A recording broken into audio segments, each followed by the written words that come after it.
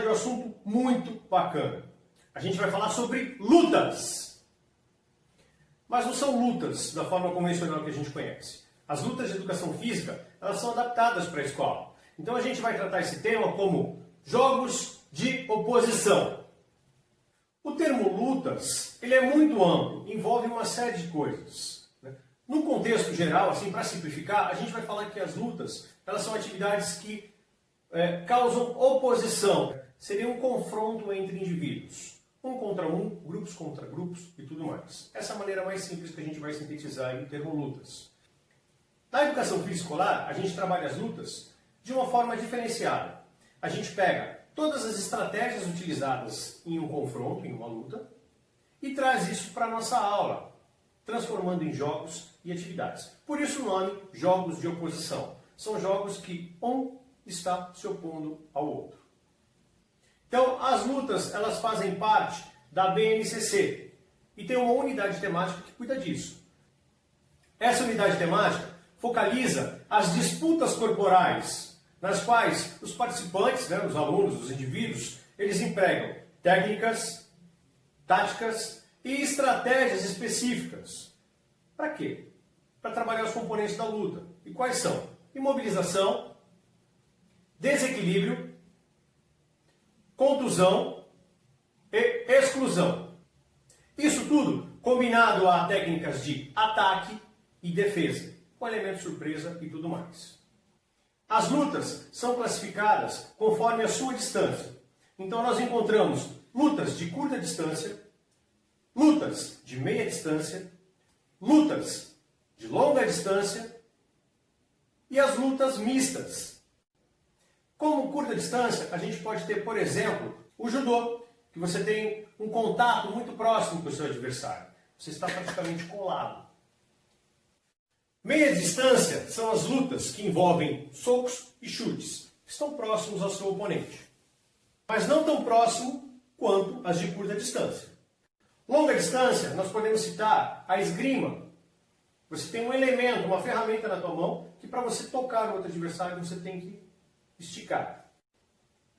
As lutas mistas envolvem vários aspectos, duas ou mais características das demais. Antes de entrar na luta propriamente dita, ou nos jogos de oposição, a gente tem que deixar bem claro algumas coisas, alguns conceitos para vocês. Primeiro, definir o que é artes marciais, esportes de contato e briga. As artes marciais possuem características próprias. Existe uma filosofia de vida por trás disso, voltada até para a parte religiosa. Mas elas foram criadas com um propósito somente. Qual é esse propósito? Guerra. A arte é militar.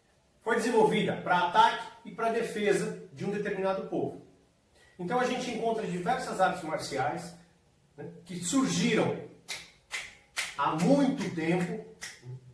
Elas são milenares e elas foram criadas com esse propósito. Defender uma nação, um povo, uma cultura. Guerra.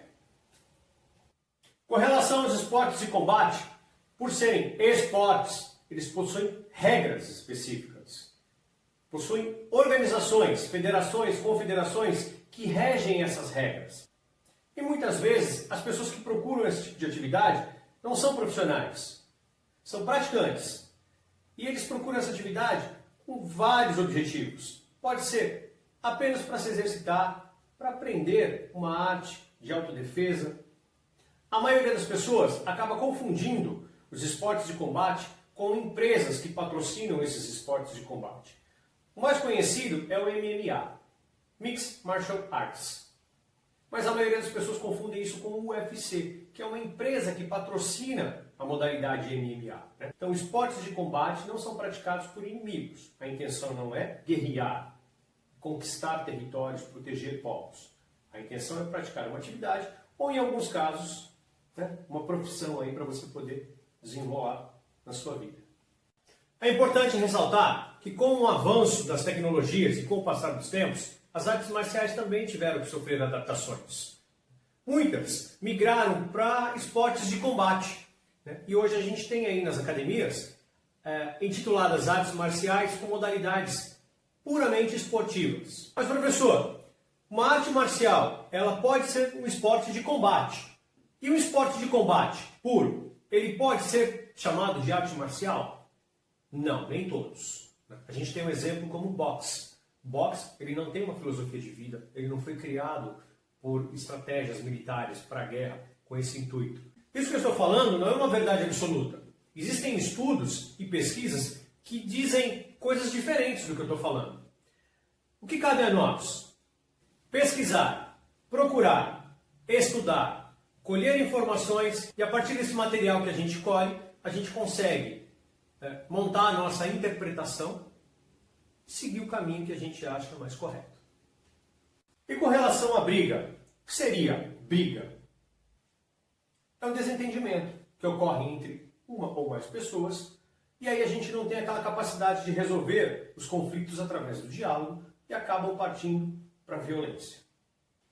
E essa violência, ela se transforma em algo agressivo, com a intenção de ferir o outro, e ela pode ser classificada aí em diversas formas. Eu posso classificá-la como violência doméstica, que é aquela que ocorre dentro do contexto familiar, dentro da sua casa. E eu tenho a violência urbana, que acontece fora de casa. É aquela violência que geralmente se torna um ato penal, né? Alguma coisa ilícita. Ou seja, crime. Existem tipos de violência, né? A forma que a violência se apresenta para nós na sociedade. A gente tem a violência física, que é aquela que você tem um contato, né? Você bate, você soca. Eu tenho a violência verbal, né? É quando eu xingo a pessoa, eu expresso através da oralidade da voz o meu sentimento, que é um sentimento de revolta, é um sentimento em querer magoar o outro. Essa violência verbal também pode ser classificada como moral, né? A intenção de insultar. Eu tenho a violência psicológica, onde eu fico, né, tentando diminuir aquela pessoa, eu tento humilhar aquela pessoa. Temos a violência patrimonial, né, quando um atenta contra o patrimônio do outro, algum bem durável. E temos a violência sexual, geralmente acometida entre pessoas próximas. O que eu trago para vocês é um papo um pouquinho delicado. Nós, seres humanos, nós gostamos de violência. O nosso instinto, o nosso gene, ele vem carregando esse fator violência. E a gente mostra isso no dia a dia e não percebe. Se eu perguntar para vocês se em algum momento da vida de vocês, vocês já sofreram ou já presenciaram algum ato de violência, alguns podem dizer que não. Eu digo que sim. E eu vou mostrar para vocês alguns canais de entrada de violência para dentro de nossas casas. Poxa, mas na minha casa a gente não faz nada de errado, a gente se trata bem, a gente, né, não tem violência. Em algum momento, por algum canal, a violência entrou em nossas casas. E eu vou mostrar para vocês por onde que ela entra. Quem aqui nunca assistiu desenho? Os desenhos mais antigos, eles trazem um teor de violência muito maior. Né? O ser humano ele é atraído pela violência. Isso é um composto que puxa a gente para poder estar assistindo e consumindo aquele produto. Quer ver outro produto? Novelas. Filmes. Todos têm um contexto de violência. Em algum momento, tem algum personagem tentando fazer alguma maldade ou tramando contra o outro. Outro canal de entrada. Jogos digitais. Muito presente na vida da gente. E a gente tem o costume de dar o celular na mão da criança. Às vezes nem acompanha o conteúdo. E os jogos, independente da faixa indicativa, eles já possuem um grau de violência. Se você pegar um jogo com faixa indicativa de 5 anos, 3 anos, você vai ver que em algum momento ocorre alguma violência. Eu vou citar um jogo simples, né, com faixa indicativa de 3 anos. Ou seja, indicado para crianças de 3 anos. Shrek. É um jogo de carrinho, em que você acelera, e a missão é você dar com o tacape na cabeça do seu colega, ou jogar alguma coisa para que ele saia da pista. Já tem um aspecto violento em cima, inserido. Mas não é porque eu jogo videogame, é que eu vou me tornar uma pessoa violenta. O que é necessário é o diálogo, é você conversar com o seu filho, é você conversar com quem está jogando, principalmente se não tiver formação ainda, que aquilo é uma realidade virtual e aquilo não pertence à nossa realidade, né, real, assim, à nossa vida real. Não é porque eu jogo um jogo de tiro que eu vou sair na rua fazendo o que eu vejo no jogo. Então a gente tem que ter, acima de qualquer coisa, um diálogo. Outro canal muito interessante, eu falei do celular na mão das crianças. As mídias digitais. Hoje a gente está suscetível a tudo. As mídias, principalmente as redes sociais, elas bombardeiam o ser humano de informação o tempo todo. E ali muita coisa tem que ser peneirada, e a gente não faz isso. Muito cuidado com os youtubers. Muito cuidado com os youtubers. Existem canais que eles propõem desafios e jogos que são altamente lesivos às pessoas. São aqueles desafios que machucam, são aqueles desafios que matam. Então o canal de violência também é o YouTube. Rede social, muito cuidado. Professor, mas o que eu faço para poder inibir um pouquinho disso tudo aí? Diálogo, conversa. Se você tem alguém que você protege, auxilie, oriente, converse, dialogue. Se você sofre algum tipo de violência dentro da sua casa, denuncie. Não guarde para você.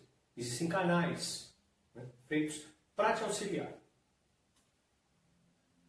Mas voltando para a aula, a gente vai iniciar o nosso trabalho com jogos de oposição, um contra o outro. Então eu elaborei uma série de jogos e brincadeiras para que todo o segmento do fundamental possa acompanhar, vivenciar e curtir esses jogos que a gente vai estar fazendo. A partir do momento que eu encerrar os jogos de oposição, aí nós vamos apresentar algumas coisas relacionadas às lutas africanas, lutas indígenas e lutas brasileiras. E quem sabe um pouco de arte marcial. Tudo bem? Vamos viajar junto? Aguarde.